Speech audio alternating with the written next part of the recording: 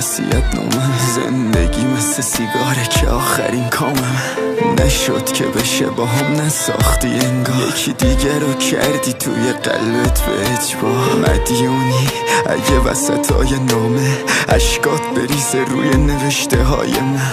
چون زیادی خواهانت بودم دور داشتی تو با اشتباه من. یعنی میشه وقتی گوشه اتاقت نشستی و داری به خاطرات اون فکر میکنی، یهو خیلی اتفاقی بهت یه زنگ بزنه ببینی اونه و از خوشحالی سکته کنی. یعنی میشه وقتی از همه دنیا سیری که دوست داری باشه رو تو آغوشت بگیری، بهش بگی ببین من همه چیزم تویی. کار چشات فقط این باشه که چشاشو ببین. یادت اوایلش همه چی عالی بود، لعنتی ماشلمون فقط مالی بود.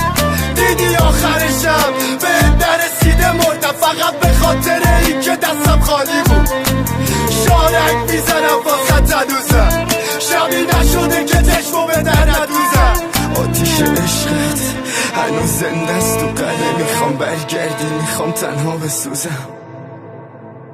حسن بابا محمودی.